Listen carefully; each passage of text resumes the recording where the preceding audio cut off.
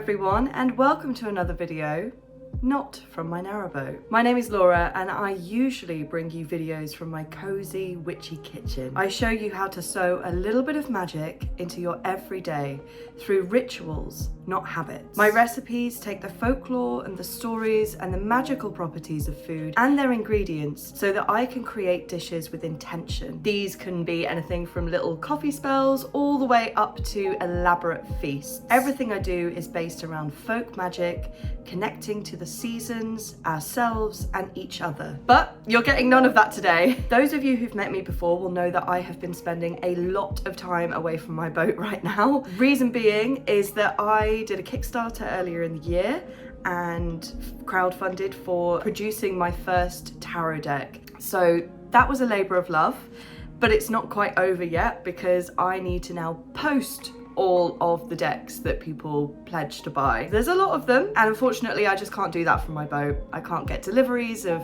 things like the decks themselves, the packaging, the guidebooks. I'm getting, 500 or 600 of these items at a time. They're very, very heavy. I don't have a car, I don't drive. So yeah, getting everything delivered to the boat just wasn't possible. I don't have an address at the boat, and I might insert a little bit of footage of me taking delivery of all the stuff because it looks hilarious. And then on the flip side of that, posting out from the boat would have been a nightmare because it is far away from post office and I am carrying 30 to 40 boxes at a time each time I go to the post office. How am I doing that? I do not know. I'm just covered in bags every time I go, and there's just not the space. This house, which belongs to a friend of mine who's very kindly let me sort of stay here for a couple of weeks or be in and out at least quite a lot while I'm getting all of the tarot cards delivered and packaged up and sent out. This house is already being taken over by boxes upon boxes upon boxes and stuff and packaging and tape, and just my stuff is everywhere. On the boat, I literally wouldn't have the room. It would be impossible. That's why I've been spending so much time in London. I'm sure people who are new here are not interested in hearing about my life story. The reason you've clicked on this video is that you want to know about the occult, esoteric, dark side of London. Now, London is by no means a new city to me. I have lived in London for the last 10 years. I bought my boat in 2020, so I have been sort of in and out of London since then, but London is my base. It's where most of my friends are. It's where I like to spend the majority of my time if I'm not traveling or I'm not in the countryside. Of all of the cities that people say are like, the top city to go to, I think it is only Tokyo that I haven't been to, and some of the American ones. But of the big ones, Barcelona, Paris, New York, I've been, and I think that London is the greatest city in the world. I'm very biased because I know London very well now. Many people will disagree and you're fine to have your opinions, and obviously I haven't been to every single city on earth, but me and my friends have a bit of an in-joke where if anything good happens on a day out while we're in London, we have to scream, "This is the greatest city in the world." But I genuinely do think that. Maybe I could have my mind changed if I spent more time in a different city, but I feel like every time I go to one of those cities that's supposed to be as good as or better than London, I'm always like, really? Because nothing can beat London for me, and I think one of the reasons for that is the history. I know every city has its history, but there's just something about the sprawling history of London that just does it for me. You can be going to Aldi and you're walking past 7 or 8 iconic monuments to people who have lived there, amazing people who've passed through its doors, or these strange little oddities that you seem to find that you don't even know about unless someone points them out to you, because the streets are just littered with these strange oddities. Half the time they don't even have a sign up because there's so many of them, and I have included a few of those in this video, so there are going to be a few points when you're like, is this esoteric? Is this occult? No, it's not. It's just something that I'm interested in and I think is odd and weird and fun and strange. And having lived on a boat in London means that I have lived in pretty much every single area that the Regent's Canal and the River Lee go up and down. So instead of staying in one area and getting really, really used to that one area, I did that when I lived in Bow. I lived in Bow for about 3 years and really got to know, Hackney and Tower Hamlets Cemetery Park and Bethnal Green and Victoria Park, that sort of area, which ironically has a lot of canals on it. That was actually always the place that I wanted to get back to when I moved onto my boat, because I saw that as like my base already. But then I got to know other places in the city. Kensal Green, Paddington I now love, Little Venice I love. I was able to live in Camden, I was able to live in King's Cross, Angel, Haggerston, Broadway Market. Love Broadway Market, spend far too much money when I'm there. Victoria Park, Hackney, and Hackney Wick, which is probably my favourite place to moor in London. Very weird area. I can't explain to you why I like it, I just do. Walthamstow Marshes, Hackney Marshes, Springfield. But I have kept most of my choices for these sort of esoteric oddities to central London, because that's where you tend to spend your time meeting up with people, walking around, socialising, and you sort of discover these things as you go. This is a 2-part video and I've already filmed all of the places for the second part. So if I have left something out that you know about, by all means, it might be in the next video, but I still want you to comment it, because if it's something that I've not heard of and that I don't know about, I really want to learn new places. Who knows, maybe we could even make this a 3-part video if I have enough suggestions that I've not heard of or been to before. What I'm not going to be doing is a specifically spooky tour of London. I feel like that's an entire video on its own. You know, ghosts, Jack the Ripper. I couldn't include it because it's a whole other subject really. I like the spooky, so let me know if you'd like to see that too. I'm trying to show you some of the lesser known esoteric spots, but some of these will be things that you already know about and some of these definitely won't. So let's get started.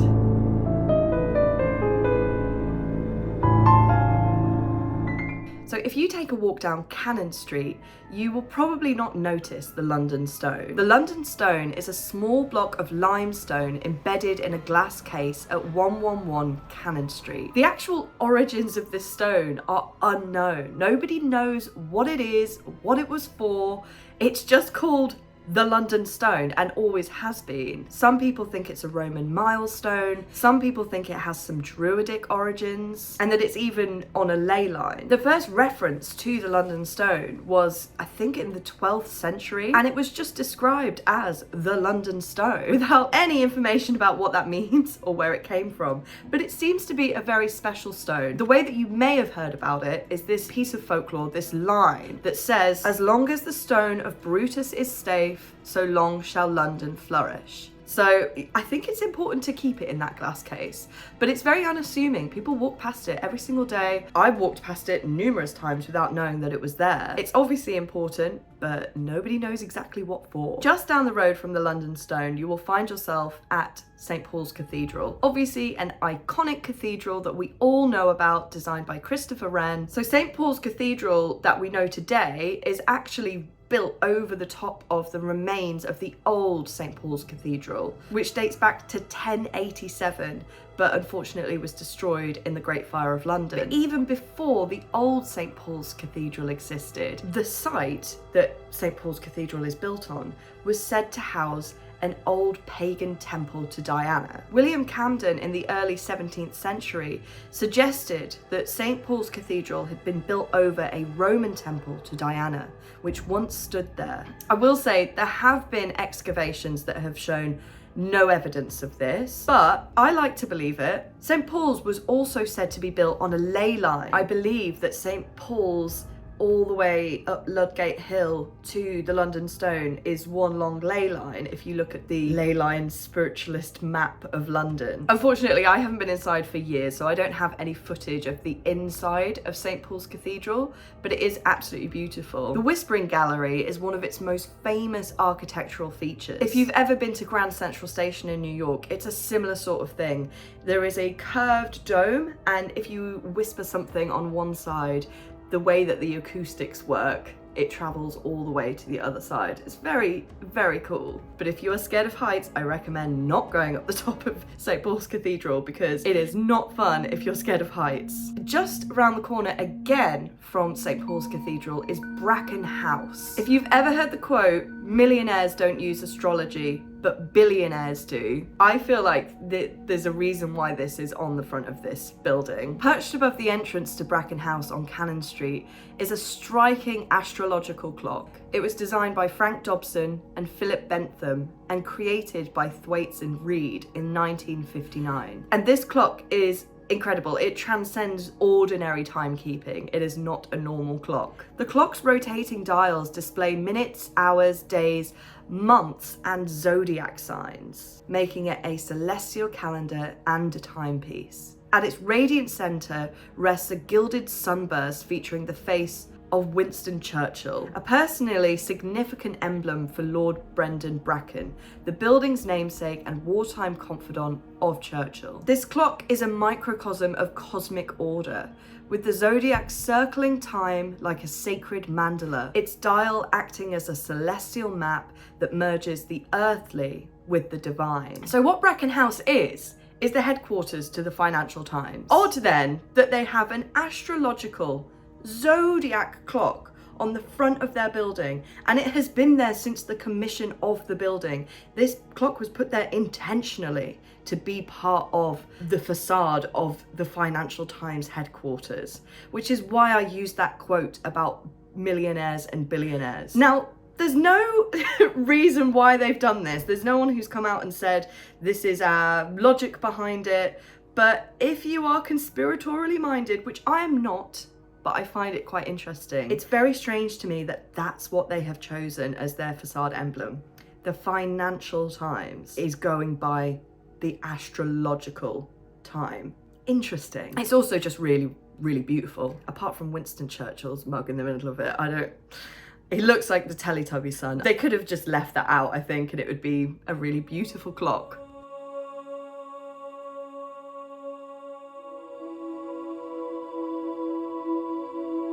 Next, we're going to take a little walk across the bridge and go to South London. One place that so many of you will have been to if you have visited London before is Borough Market. So the church that you see in the middle of Borough Market is actually Southwark Cathedral. The reason I mention Southwark Cathedral is that it is intrinsically linked to another place not far away called Crossbones. Crossbones is a graveyard, a final resting place of medieval sex workers and the outcast dead. It was essentially a pit of bodies for outsiders, medieval sex workers, paupers, and others denied a burial on consecrated ground. Many of those who were buried there were the Winchester geese. This was women licensed by the Bishop of Winchester to work in the brothels of the Bankside stews, just steps from where the cathedral now stands. The church profited from these women. The church was the pimp of medieval sex workers. And yet when they died, they were cast aside, not allowed to be buried in the graveyards of the churches. The bitter historical irony has turned Crossbones into a modern folk shrine, where ribbons, charms, and offerings adorn the gates in remembrance. Today, it resonates as a site of urban necromancy and liminal power, a sacred, profound boundary that refuses to forget those whom history tried to erase. I just think it's an incredibly special place. It has a huge amount of energy to it, and it really tells the story of what life was like for medieval women. You know, they had very little choices, and when they took the choices that life handed to them, they were shamed, they were outcast, they were not allowed to be part of the society that was profiting from them. And the gates now, with their ribbons and their charms and their adoration and respect to the dead there, I just think is a wonderful full circle moment. We are going to move on to other graveyards now, because London is very well known for its graveyards. But I will just note two oddities that are around the corner from Borough Market. These aren't necessarily esoteric, they're just oddities that I enjoy. So just around the corner from Borough Market is a replica of the Golden Hind. This is a replica of Sir Francis Drake's famous seafaring ship.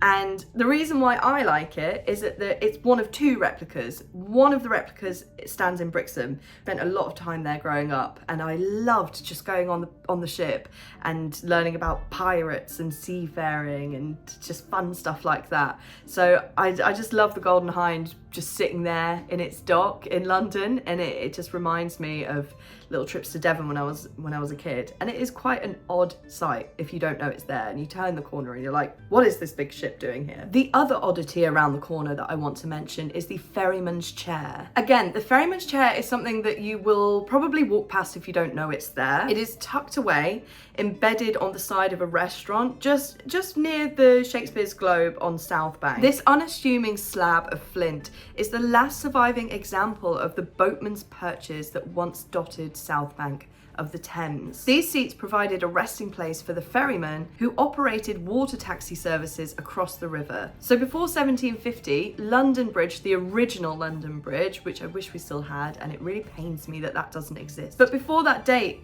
that was the only bridge in London, and I'm pretty sure you had to pay a fare to even go over it, and it was probably incredibly busy. So what most people did was take the ferryman. This and the Golden Hind aren't necessarily connected to the occult in any way, but they're little oddities of history that are kind of embedded in the landscape of London that you will walk past if you don't know it's there. Staying in South London, but moving on again to something connected with the dead and the Victorians' obsession with death in particular, is the Necropolis Railway. There isn't a whole lot to see on the facade of this, but the history of it is so interesting. And again, it's one of those places that if you don't know it's there and you don't know what it was, you will just walk past unwittingly. Operating from 1854 to 1941 was a unique train service designed to transport the deceased and their mourners from London to Brookwood Cemetery in Surrey, the largest cemetery in the UK at the time.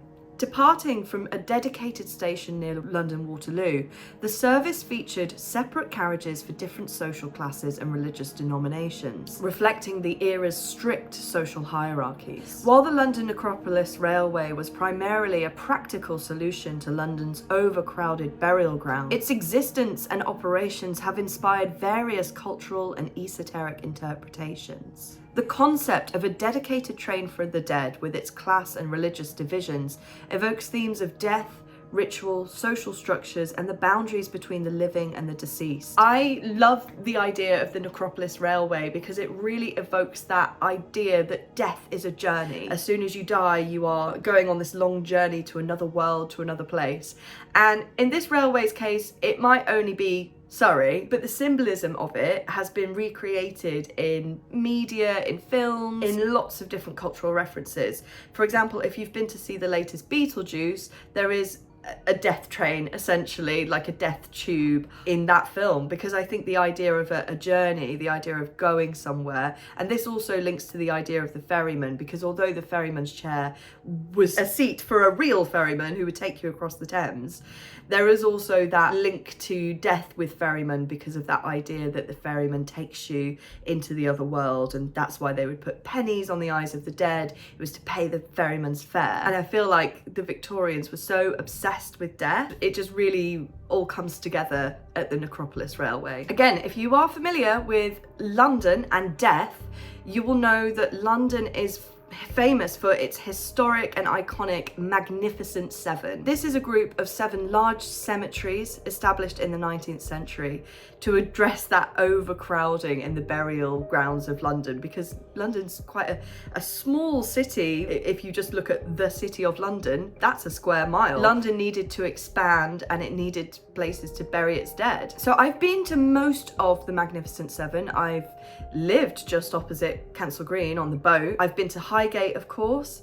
I have lived very close to Tower Hamlets Park Cemetery, which I believe is one of the Magnificent Seven, and it's my personal favourite graveyard, and it's where I did so much of my foraging and my interest in nature and my interest in plants and witchcraft really rocketed when I lived just near that graveyard, because there's a wealth of plants in there, and that's where my interest in the magical properties and the folklore and the history of these forage plants that I could then eat and turn into recipes, that's kind of where it really started to take off for me. The graveyard that I want to tell you about today is Brompton Cemetery.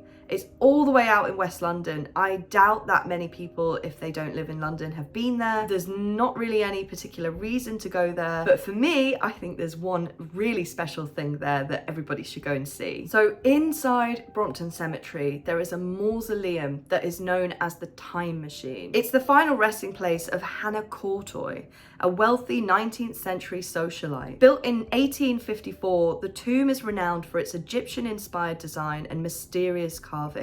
This has fueled legends and myths about the function of this structure. Some people say it's a time machine or a teleportation device. These theories often cite the tomb's unique features. The structure itself is known to have no architectural plans, and there is an absence of a key for the door, suggesting evidence of its enigmatic purpose. Additionally, some proponents of the time machine theory suggest that similar mausoleums in other cemeteries, like the Montmartre Cemetery in Paris, form a network of portals. So again, this is very much speculation, and I haven't been to the one in Montmartre, so I can't speak to that.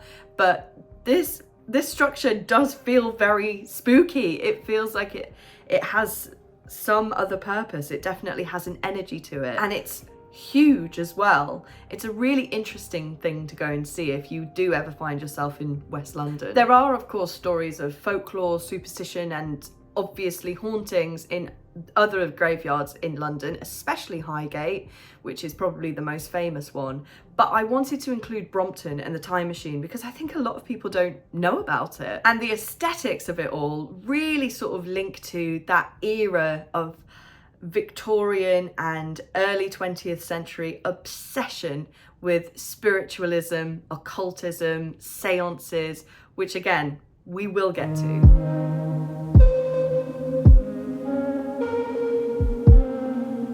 So in order to look at the occult legacy and the spiritualism, I just want to look at bookshops, because I think a video about that era of spiritualism in London, think Aleister Crowley, think Austin Osman Spare, all of those sort of people, the Golden Dawn, all of that. I think that's a whole video in itself, but I will touch upon it very lightly while I tell you about some of the bookshops in London where you can still learn about the esoteric, the occult, the witchy, the dark. So my first bookshop is Atlantis Bookshop. This is in Bloomsbury, and it is a historic centre of occult publishing. It was frequented by Aleister Crowley, Gerald Gardner, Doreen Valiente, and it's still active today in London's esoteric occult scene. They still hold lots of events and workshops, and it's a really great bookshop to go into. They really know their stuff. Just around the corner from Leicester Square is London's oldest esoteric bookshop, and that's Watkins Books. Watkins Books was established in 1897 and is renowned for its extensive collection of spiritual and occult literature.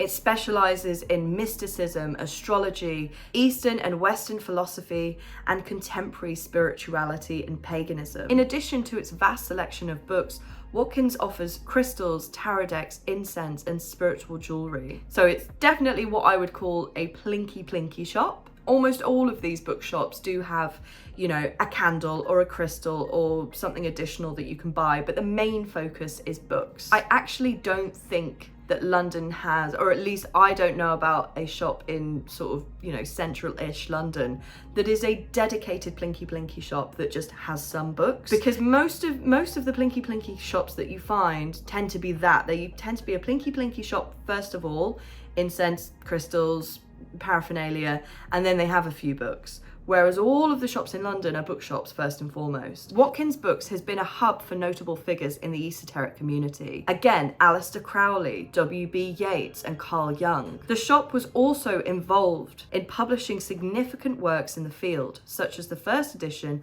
of Carl Jung's 7 Sermons to the Dead in 1925. It's a really great bookshop, and it's so central as well. So I am going to cover Covent Garden a bit more in depth in a different video, because there is some very witchy history to Covent Garden. But if you find yourself on 7 Dials, you can go down one of the dials, can't remember which one, and you'll find yourself at the astrology shop. It's a well-established destination for those interested in astrology, crystals, tarot, and other esoteric subjects. This one is slightly more plinky. I'd say it's about half plinky and half books. I'd say it's slightly less academic than all of the other bookshops. The other bookshops are a bit more long-standing, a bit more entrenched in the community. They offer events and workshops, and the staff seem to be very involved in magic and the esoteric and the occult. The astrology shop feels a little bit more surface to that. However, I've bought some great books from there, so it's definitely worth a visit. But by far, my favourite bookshop in London, and especially my favourite esoteric bookshop, is Treadwell's. And I did briefly talk about Treadwell's in my last video because that was about books, so it makes sense. Treadwell's bookshop is a renowned esoteric bookstore and cultural hub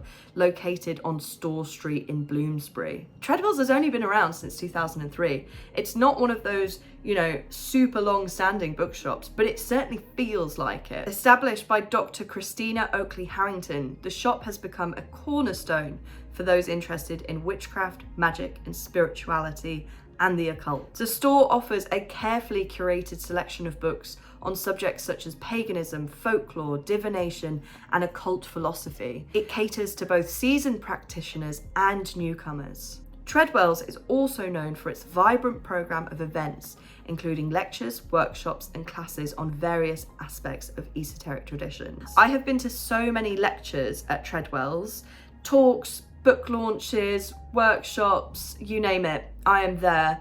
They are always incredibly accessible, affordable, and what I like about it is that it really takes magic seriously. Like, half the people coming to speak are doctors and lecturers.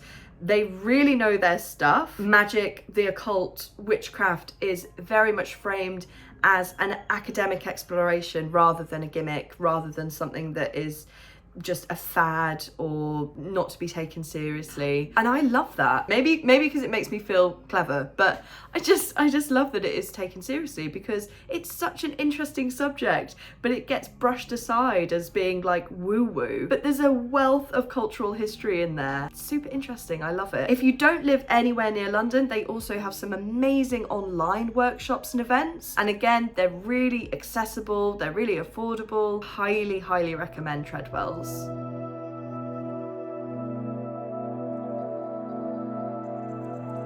So I want to talk about trees for just a second, because London, although it's a city, London is actually classed as a forest. We have so many trees and so much biodiversity in the city, from the parks to people's back gardens, that technically London is a forest. And I just want to touch on a few of the trees in London because there are some very special trees in London, or at least tree formations. The oldest tree in London is the Totteridge Yew that I haven't been to see, but it's been here for, it's said to be like the oldest living thing in London, apart from your mum. It's been here for 1,000, maybe 2,000 years, and I will have to go and see it. The first tree that I want to mention is the most valuable tree in London, the most expensive tree in London. So this tree is located in Berkeley Square. Berkeley Square? I don't actually know which one it is. There's no sign or anything like that. Again, this is a bit of a hidden oddity. So these trees date back from around 1789. They're not, hundreds and hundreds and hundreds of years old. There's actually a different reason why the tree is valued so highly and why it was valued in the first place. The tree was valued in 2008 at £750,000 under the Capital Asset Value for Amenity Trees system developed by the London Tree Officers Association. Love that we have that. The valuation considers factors such as size, health, historical significance, and the number of people who benefit from the tree's presence. London plane trees are really interesting trees because they actually combat the pollution in the city as well. But again, that's not why this tree was valued there. The reason I have included this tree in my occult and esoteric tour, because it's very much not connected to that, but I see it as a modern version of trees still protecting people. Now that the lifeblood of society and the energy of society is very much money, that tree has been valued so that it can't be cut down, so that it can't be removed for a development of a building or, a new block of flats. That's the theory, at least. That's the hope. So while trees used to have a spiritual significance, an energy value, and we didn't want to cut them down because they meant something to us, they meant something protective. Now we have to do that in monetary terms because it's the only way that trees now can be those protective guardians. So that's why I've included that tree, because I just love that full circle moment of trees being these protective guardians, but we're now doing it in a capitalistic society. Just as a side note, the Sycamore Gap tree was valued at £622,000, so I guess money doesn't always protect. Berkeley Square is also an interesting place because it is said to house the most haunted place in London, which is 50 Berkeley Square. Again, we're not going into ghosts in this video, so I will leave that for now, but if you want to go up and read about it, it's very, very interesting. Berkeley Square is in Mayfair, which is also home to many, many, many private members clubs because it's such, you know, an affluent area of London. There is one building in Mayfair, just off Berkeley Square, that I think is a Satanist club. I have no evidence for this. A couple of people have told me that that's the case, and if you look at the emblem on the door, it is like a little devil cherub thing. Please, if you have any information about why I think that's a Satanist club, if you have any information about that being correct or incorrect, please leave it in the comments, because it's purely a hunch and I could very much be wrong. Please don't sue me. Ever since I saw that building, I was like, that's a Satanist club. And then I asked someone and they were like, yes, it is. So I don't know, maybe I'm having my leg pulled. Just down the street from Berkeley Square, you will find yourself in Green Park. There's a couple of reasons why I've included Green Park. The first, not so much esoteric, but it does very much add to the lovely occult esoteric vibes when you're there at night, is that Green Park is one of the only places left where they have full working gas lamps. So down the side path on the east side, I think, you have a strip of gas lamps and they all still work. That's a really amazing link to history, because the park essentially is lit how it would have been in Victorian times, and it does feel very like vibey down there at night. The second thing is something that, again, people will definitely not have noticed. I had to have this pointed out to me, even though I've been in that park so many times. But nestled in the park is a circle of 13 plane trees forming an uncanny, natural, pantheon-like grove. So these trees were planted around 1913. We don't know the reason for this arboreal ring. The choice of 13, the number of lunar cycles in a year, and rich in pagan symbolism, has inspired speculation about hidden seasonal calendars, forgotten Celtic lore, or a geometric earth energy pattern. Some believe it marks the spiritual footprint of the lost Temple of Concord. So some people simply say that there used to be a bandstand in the middle of them and that's why there's this circle of trees. But I think the fact that there are 13 of them implies that it was intentional, or that it does link to some kind of sacred geometry or the lunar calendars or the lunar cycles. Again, much like the Satanist members club that I've decided exists, it is very much a theory. So if you know anything about it, please let me know. So thank you so much for watching my first video about the dark, the witchy, the esoteric of London. This one isn't super witchy apart from the bookshops. The next video has a lot more info about the connection to witches, the connection to witchcraft. Again, I already have a bunch of stuff filmed for the next video, so I you know, if you want to tell me something that I've missed off, I may well have done it, but don't let that put you off, because maybe we can do a part 3 if it's something that I've never heard of. Speaking of books and bookshops, my book, Kitchen Magic, is out now. I am going to go into one of those bookshops soon and see if they've got it, because that will absolutely drive me wild. It is my dream to see my book in Treadwell's. Hopefully they've got it. I hope so. Anyway, you guys are going to have to buy it so that all of these bookshops think, oh yeah, no, it is popular, we should get it. Thank you again for anyone who has ordered the book, who does have the book. If you do have the book, please leave your thoughts in the comments. I'd love to see some feedback from you. If you are still waiting on your tarot cards, I have sent out all of the decks that were just the standard deck, so the non-luxury version. If you don't have that deck in a couple of weeks, make sure that you actually put your address in properly. That includes your phone number and your email address, because I can't send those boxes internationally if I don't have that information. And I have now managed to send out all of the UK luxury versions. I'm still waiting on the handmade bags from Tyler. She's working her fingers to the absolute bone, and she's already given me, it's like 50, so I'm just waiting on those. But additionally, I can't even send anything right now to the US because of the tariffs. Not a problem, it's fine. Like, money wise, I'm just gonna have to take the hit. It's not a problem, it's fine. But Royal Mail has literally said we're not taking any parcels to the US right now.